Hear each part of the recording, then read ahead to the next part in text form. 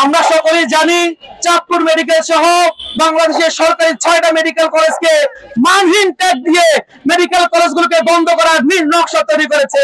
আমরা চাঁদপুরের জনগণ চাঁদপুরের মেডিকেল কলেজের শিক্ষিত হিসেবে বলতে চাই, যারা সেই নীল নকশা করছেন আপনারা সেই নীল নকশা বন্ধ করুন। যে মুহূর্তে সরকারের উচিত স্বাস্থ্য ব্যবস্থার উন্নতি করা, ডাক্তারদের উন্নতি করা, স্বাস্থ্য সুরক্ষা আইন প্রণয়ন করা, সেই মুহূর্তে সরকার ডাক্তার নিধন কর্মসূচি কেন দিচ্ছে, মেডিকেল কলেজ নিধন কর্মসূচি কেন দিচ্ছে? এটা সরকারের ব্যর্থতা যে তারা অবকাঠামোগত দিক থেকে আমাদেরকে একটি মেডিকেল কলেজ দিতে ব্যর্থ হয়েছে। তাহলে সরকার কেন তাদের ব্যর্থতার দায় শিক্ষার্থীদের উপর দিবে? এটা তো আমাদের কোনো দায় নয়। আমরা এখানে নিজেদের যোগ্যতা এসেছি, এটা আমাদের প্রাপ্য অধিকার ছিল। এটা সরকারের ব্যর্থতা যে তারা আমাদেরকে মানহীন ট্যাগ দিচ্ছে এখন, অথচ এই সরকার মানহীন যারা আমাদেরকে একটা অবকাঠামোগত উন্নয়নের জন্য এখন ভবিষ্যৎ অন্ধকারের দিকে ঠেলে দিচ্ছে। চাঁদপুর মেডিকেল কলেজ বন্ধ করবেন আপনারা মানহীন ট্যাগ দিয়ে। আপনারা আগে বলে যান যে মানহীন মানে কি। আপনাদের বিভাগীয় লেভেলে কোন মেডিকেলের থেকে এখানে কোন স্টুডেন্ট কম যান, আপনারা এসে আমাদের সাথে কম্পেয়ার করে যান। আমরা আপনাদেরকে চ্যালেঞ্জ দিলাম, আমাদের এখান থেকে প্রতি বছর স্টুডেন্ট অনার্স পাচ্ছে, তার মানে কি তারা তাদের যোগ্যতা ছাড়া অনার্স নিচ্ছে? হ্যাঁ, ওয়ালটন আবারও মিলিনিয়ার অফারে ওয়ালটন ফ্রিজ কিনে আপনিও হয়ে যেতে পারেন মিলিয়নিয়ার। মিলিনিয়ার ছড়াছড়ি দেশ জুড়ে, এটা শুধু ওয়ালটনই পারে। আপনি আমাকে বাংলাদেশে একটা সরকারি মেডিকেল দেখান যেটা প্রতিষ্ঠা প্রথম বছরে নিজস্ব ক্যাম্পাস নিয়ে শুরু করেছে। এই যে আমাদের অদূরে ফরিদপুর মেডিকেল কলেজ 26 বছর পরে স্থায়ী ক্যাম্পাস নির্মাণ হয়েছে। এই 26 বছর কি ফরিদপুর মেডিকেল কলেজ মানহীন ছিল? 14 সালে প্রতিষ্ঠিত Jamalpur medical college, Rangamati medical college এখন পর্যন্ত স্থায়ী ক্যাম্পাসের কাজ পূর্ণাঙ্গরূপে শেষ হয়নি। এবং কি মানহীন পটুয়াখালী মেডিকেল কলেজ হাসপাতাল, এখানে নোয়াখালী পাশে যে আছে নোয়াখালী মেডিকেল কলেজের নিজস্ব হাসপাতাল নেই, অর্থাৎ মেডিকেল কলেজ হাসপাতাল নেই, ওদের শুধু ক্যাম্পাস আছে। এবং সংস্কারের নামে এসব অপসংস্কার তাদের বন্ধ করতে হবে। অপসংস্কার করেন, দ্রুততম সময়ের মধ্যে ক্যাম্পাস নির্মাণ করেন। আপনারা ক্যাম্পাস নির্মাণ না করে আগের যা কিছু ছিল তাও আপনারা ফিরিয়ে দিলেন, এটা আমরা কোনো সময় মেনে নিব না। মানহীন ট্যাগ আজ থেকে এখানেই বন্ধ করেন, না হলে আমরা আরো কথা বড় কমিয়ে বাধ্য হবো।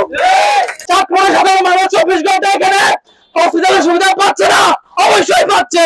সুতরাং চাঁদপুরবাসী এবং চাঁদপুরের যে সাধারণ জনগণ আছে তাদেরকে বলবো, আপনারা আপনাদের পক্ষ থেকে চাঁদপুরের আন্দোলন করে তুলুন এবং অন্তর্বর্তীকালীন সরকারের যে আমরা সংস্কার করার জন্য পাঠিয়েছি, সংস্কার করার জন্য তাদেরকে তাগিদ দিন।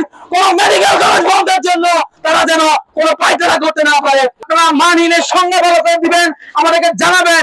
চাঁদপুর মেডিকেল কলেজ সহ যে 6টা মেডিকেল কলেজ আছে সেগুলোর স্থায়ী ক্যাম্পাস দ্রুত নির্মাণ করবেন, আমরা সেই আশা রাখছি। আমি সরকারের কাছে প্রশ্ন করতে চাই, এই যে এতগুলো দিন আমরা কষ্ট করেছি, পড়াশোনা করেছি, এই দায়ভার এখন কে নিবে? এই যে পেরিফেরির দিক থেকে যে মেডিকেল কলেজগুলো বন্ধ করে দিতে, তাহলে এখানকার যে স্থানীয় মানুষজন আছে স্বাস্থ্য সেবা পাচ্ছে তারা এখন কি করবে? যেই মুহূর্তে ডাক্তার সমাজ ভুয়া ডাক্তার ম্যাচ শাকরা এদের বিরুদ্ধে যুদ্ধ করছে, সেই মুহূর্তে এখন আমাদেরকে অন্তর্বর্তীকালীন সরকার উপদেষ্টার সাথে যুদ্ধ করতে হচ্ছে শুধুমাত্র নিজেদের অধিকার আদায়ের জন্য। আমরা আজ পড়াশোনা বাদ দিয়ে রাজপথে আসতে বাধ্য হয়েছি শুধুমাত্র আমাদের যে প্রাপ্য অধিকার সেটা ছিনিয়ে নেওয়ার জন্য। কেন আমাদেরকে আসতে হবে?